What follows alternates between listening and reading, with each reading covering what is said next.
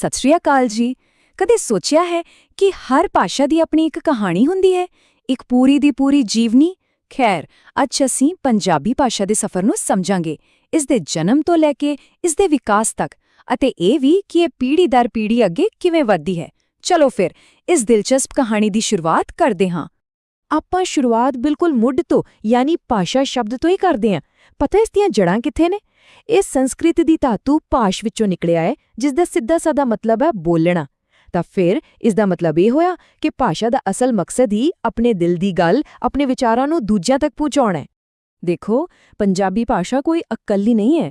ਸੋਚੋ, ਇੱਕ ਬਹੁਤ ਵੱਡਾ ਪੁਰਾਣਾ ਰੁੱਖ ਹੈ। ਉਹ ਹੈ ਆਰੀਆ ਭਾਸ਼ਾ ਪਰਿਵਾਰ, ਤੇ ਪੰਜਾਬੀ ਉਹ ਉਸ ਰੁੱਖ ਦੀ ਇੱਕ ਬਹੁਤ ਹੀ ਮਜ਼ਬੂਤ ਟਾਹਣੀ ਹੈ। ਇਹ ਸੰਬੰਧ ਸਾਨੂੰ ਦੱਸਦਾ ਹੈ ਕਿ ਇਸ ਦੀਆਂ ਜੜ੍ਹਾਂ ਇਤਿਹਾਸ ਵਿੱਚ ਕਿੰਨੀਆਂ ਡੂੰਘੀਆਂ ਨੇ। ਤਾਂ ਫਿਰ ਪੰਜਾਬੀ ਦਾ ਸਫ਼ਰ ਸ਼ੁਰੂ ਕਿਵੇਂ ਹੋਇਆ? ਇਹ ਬਹੁਤ ਦਿਲਚਸਪ ਹੈ। ਸਭ ਕੁਝ ਸੰਸਕ੍ਰਿਤ ਤੋਂ ਸ਼ੁਰੂ ਹੁੰਦਾ ਹੈ, ਜਿਹੜੀਆਂ ਇਸ ਦੀਆਂ ਪ੍ਰਾਚੀਨ ਜੜ੍ਹਾਂ ਨੇ।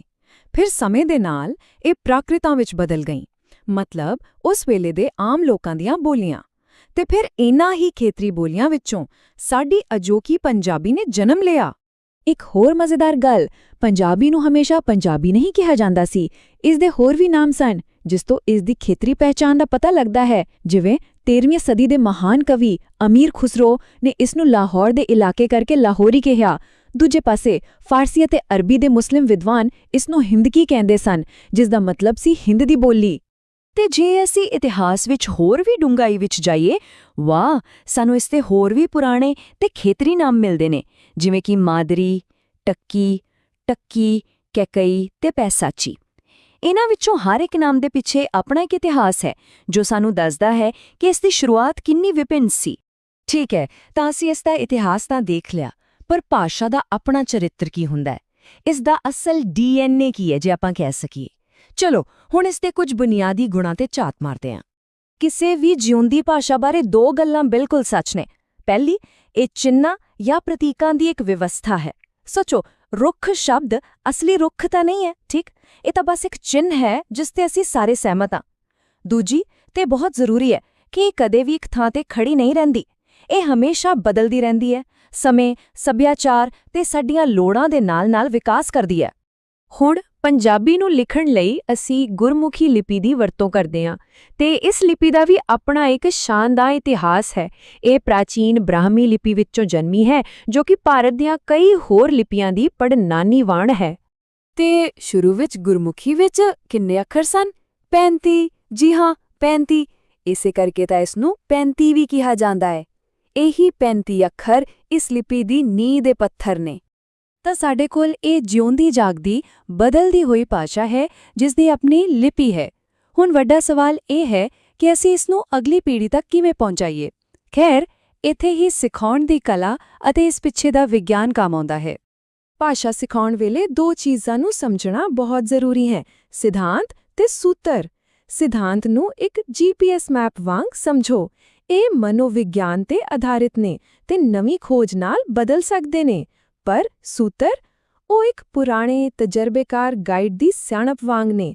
ਉਹ ਅਧਿਆਪਕ ਦੇ ਸਾਲਾਂ ਦੇ ਅਸਲ ਤਜਰਬੇ ਤੇ ਆਧਾਰਿਤ ਹੁੰਦੇ ਨੇ ਤੇ ਆਮ ਤੌਰ ਤੇ ਉਵੇਂ ਹੀ ਰਹਿੰਦੇ ਨੇ। ਵਧੀਆ ਭਾਸ਼ਾ ਸਿੱਖਿਆ ਅਸਲ ਵਿੱਚ 5 ਮੁੱਖ ਸਿਧਾਂਤਾਂ ਤੇ ਟਿਕੀ ਹੋਈ ਹੈ। ਇੱਕ, ਕੁਦਰਤੀ ਮਾਹੌਲ ਹੋਣਾ ਚਾਹੀਦਾ ਹੈ, ਤਾਂ ਜੋ ਬੱਚਾ ਭਾਸ਼ਾ ਨੂੰ ਸਿਰਫ ਪੜ੍ਹੇ ਨਾ, ਸਗੋਂ ਉਸ ਨੂੰ ਜੀਵੇ। ਉਸ ਦੀ ਰੁਚੀ ਬਣਾਈ ਰੱਖਣੀ ਪੈਂਦੀ ਹੈ। ਇੱਕ ਬਹੁਤ ਵੱਡੀ ਗੱਲ, ਲਿਖਣ ਤੋਂ ਪਹਿਲਾਂ ਬੋਲਣ ਤੇ ਜ਼ੋਰ ਦੇਣਾ, ਕਿਉਂਕਿ ਕੁਦਰਤੀ ਤਰੀਕਾ ਇਹੀ ਹੈ। ਬੇਸ਼ੱਕ ਸਿੱਖਿਆ ਬੱਚੇ ਕੇਂਦਰਿਤ ਹੋਣੀ ਚਾਹੀਦੀ ਹੈ, ਅਤੇ ਅਖੀਰ ਵਿੱਚ ਸਾਨੂੰ ਇਹ ਮੰਨਣਾ ਪੈਂਦਾ ਹੈ ਕਿ ਹਰ ਬੱਚਾ ਵੱਖਰਾ ਹੁੰਦਾ ਹੈ। ਆਓ ਉਸ ਪਹਿਲਾਂ ਮੌਖਿਕ ਕਾਰਜ ਵਾਲੇ ਸਿਧਾਂਤ ਨੂੰ ਥੋੜਾ ਹੋਰ ਸਮਝੀਏ। ਇਹ ਬਹੁਤ ਜ਼ਰੂਰੀ ਹੈ। ਜ਼ਰਾ ਸੋਚੋ ਕਿ ਇੱਕ ਬੱਚਾ ਕੁਦਰਤੀ ਤੌਰ ਤੇ ਕਿਵੇਂ ਸਿੱਖਦਾ ਹੈ।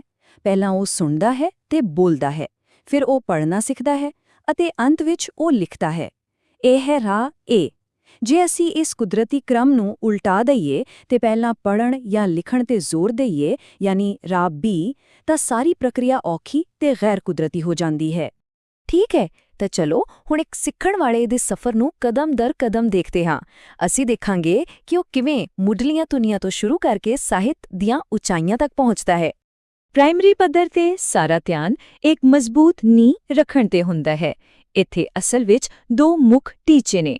ਪਹਿਲਾ, ਹਰ ਅੱਖਰ ਤੇ ਸ਼ਬਦ ਦਾ ਸ਼ੁੱਧ ਉਚਾਰਨ ਸਿੱਖਣਾ, ਤੇ ਦੂਜਾ, ਇੱਕ ਮੁੱਢਲਾ ਸ਼ਬਦ ਭੰਡਾਰ ਬਣਾਉਣਾ ਤਾਂ ਜੋ ਬੱਚੇ ਕੋਲ ਆਪਣੇ ਵਿਚਾਰ ਪ੍ਰਗਟ ਕਰਨ ਲਈ ਸਹੀ ਸ਼ਬਦ ਹੋਣ। ਫਿਰ ਮਿਡਲ ਸਕੂਲ ਵਿੱਚ ਇਹ ਸਫ਼ਰ ਅੱਗੇ ਵੱਧਦਾ ਹੈ। ਹੁਣ ਗੱਲ ਸਿਰਫ ਸ਼ਬਦਾਂ ਦੀ ਨਹੀਂ ਰਹਿੰਦੀ, ਧਿਆਨ ਵਿਆਕਰਣ ਦੇ ਨਿਯਮਾਂ ਨੂੰ ਸਮਝਣ ਤੇ ਚਲਾ ਜਾਂਦਾ ਹੈ। ਵਿਦਿਆਰਥੀ ਮੁਹਾਵਰਿਆਂ ਤੇ ਅਖਾਣਾਂ ਰਾਹੀਂ ਭਾਸ਼ਾ ਦੀ ਡੂੰਘਾਈ ਸਿੱਖਦੇ ਨੇ। ਉਹ ਤੇਜ਼ੀ ਨਾਲ ਪੜ੍ਹਨ ਦਾ ਅਭਿਆਸ ਕਰਦੇ ਨੇ ਅਤੇ ਇਹ ਬਹੁਤ ਵੱਡੀ ਗੱਲ ਹੈ, ਉਹਨਾਂ ਨੂੰ ਖੁਦ ਪੜ੍ਹਨ ਦੀ ਆਦਤ ਪਾਉਣ ਲਈ ਉਤਸ਼ਾਹਿਤ ਕੀਤਾ ਜਾਂਦਾ ਹੈ। ਜਿਵੇਂ ਇਹ ਅਖਾਣ ਹੈ, ਖਾਲੀ ਭਾਂਡਾ ਬਹੁਤਾ ਖੜਕਦਾ ਹੈ। ਮਿਡਲ ਪੱਧਰ ਤੇ ਇਸ ਤਰ੍ਹਾਂ ਦੇ ਅਖਾਣਾਂ ਤੇ ਮੁਹਾਵਰਿਆਂ ਰਾਹੀਂ ਹੀ ਵਿਦਿਆਰਥੀ ਭਾਸ਼ਾ ਦੀ ਡੂੰਘਾਈ ਅਤੇ ਇਸ ਦੇ ਸੱਭਿਆਚਾਰਿਕ ਅਰਥਾਂ ਨੂੰ ਸਹੀ ਮਾਇਨੇ ਵਿੱਚ ਸਮਝਣਾ ਸ਼ੁਰੂ ਕਰਦੇ ਹਨ। ਅਤੇ ਹੁਣ ਅਸੀਂ ਸਿੱਖਿਆ ਦੇ ਸਭ ਤੋਂ ਉੱਚੇ ਪੜਾਅ ਤੇ ਪਹੁੰਚਦੇ ਹਾਂ। ਇੱਥੇ ਟੀਚਾ ਸਿਰਫ ਭਾਸ਼ਾ ਸਿਖਾਉਣਾ ਨਹੀਂ ਹੈ, ਨਹੀਂ, ਟੀਚਾ ਇੱਕ ਆਲੋਚਨਾਤਮਕ ਅਤੇ ਸਿਰਜਣਾਤਮਕ ਦਿਮਾਗ ਨੂੰ ਤਿਆਰ ਕਰਨਾ ਹੈ, ਇੱਕ ਵਿਦਵਾਨ ਦਾ ਮਨ। ਇਸ ਪੱਧਰ ਤੇ ਅਸੀਂ ਵਿਦਿਆਰਥੀ ਦੇ ਲਿਖਣ ਅਤੇ ਬੋਲਣ ਦੇ ਹੁਨਰ ਨੂੰ ਪੂਰੀ ਤਰ੍ਹਾਂ ਨਿਖਾਰਦੇ ਹਾਂ। ਅਸੀਂ ਉਹਨਾਂ ਨੂੰ ਮਹਾਨ ਸਾਹਿਤਿਕ ਰਚਨਾਵਾਂ ਨਾਲ ਜਾਣੂ ਕਰਵਾਉਂਦੇ ਹਾਂ। ਅਸੀਂ ਉਹਨਾਂ ਦੇ ਅੰਦਰ ਦੀ ਸਿਰਜਣਾਤਮਕ ਚੰਗਿਆੜੀ ਨੂੰ ਜਗਾਉਂਦੇ ਹਾਂ ਤਾਂ ਜੋ ਉਹ ਕਵਿਤਾ ਦੀ ਸੁੰਦਰਤਾ ਨੂੰ ਮਹਿਸੂਸ ਕਰ ਸਕਣ, ਉਸ ਦੀ ਲੈਅ, ਉਸ ਦੇ ਛੰਦ, ਉਸ ਦੇ ਅਲੰਕਾਰ। ਅਤੇ ਅੰਤ ਵਿੱਚ ਅਸੀਂ ਉਹਨਾਂ ਨੂੰ ਭਾਸ਼ਾ ਨੂੰ ਆਪਣੇ ਪੇਸ਼ੇਵਰ ਜੀਵਨ ਵਿੱਚ ਸਫਲਤਾ ਲਈ ਇੱਕ ਸ਼ਕਤੀਸ਼ਾਲੀ ਸਾਧਨ ਵਜੋਂ ਵਰਤਣ ਲਈ ਤਿਆਰ ਕਰਦੇ ਹਾਂ। ਤਾਂ ਇਹ ਸਾਰਣੀ ਅਸਲ ਵਿੱਚ ਪੂਰੇ ਵਿਦਿਅਕ ਸਫ਼ਰ ਨੂੰ ਇੱਕੋ ਝਲਕ ਵਿੱਚ ਦਿਖਾਉਂਦੀ ਹੈ। ਧਿਆਨ ਦਿਓ ਕਿ ਕਿਵੇਂ ਧਿਆਨ ਹੌਲੀ-ਹੌਲੀ ਬਦਲਦਾ ਹੈ ਨਾ? ਪ੍ਰਾਇਮਰੀ ਪੱਧਰ ਦੇ ਸ਼ੁੱਧ ਉਚਾਰਨ ਤੋਂ ਮਿਡਲ ਪੱਧਰ ਤੇ ਭਾਸ਼ਾ ਦੇ ਢਾਂਚੇ ਯਾਨੀ ਵਿਆਕਰਣ ਤੱਕ, ਅਤੇ ਅੰਤ ਵਿੱਚ ਸੈਕੰਡਰੀ ਪੱਧਰ ਤੇ ਭਾਸ਼ਾ ਦੀ ਆਤਮਾ, ਸਾਹਿਤ ਅਤੇ ਸਿਰਜਣਾਤਮਕਤਾ ਤੱਕ।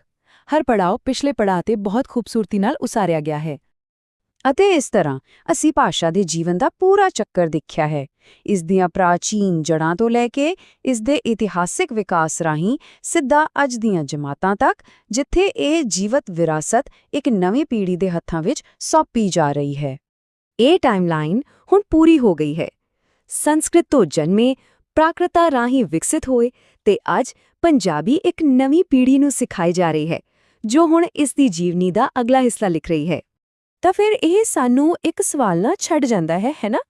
ਇੱਕ ਜੀਵਿਤ ਵਿਕਾਸਸ਼ੀਲ ਪ੍ਰਣਾਲੀ ਦੇ ਰੂਪ ਵਿੱਚ ਜੋ ਹਮੇਸ਼ਾ ਬਦਲਦੀ ਰਹਿੰਦੀ ਹੈ, ਪੰਜਾਬੀ ਦੀ ਇਸ ਲੰਬੀ ਅਤੇ ਸ਼ਾਨਦਾਰ ਕਹਾਣੀ ਦਾ ਅਗਲਾ ਅਧਿਆਇ ਕੀ ਹੋਵੇਗਾ? ਇਹ ਸੋਚਣ ਵਾਲੀ ਗੱਲ ਹੈ।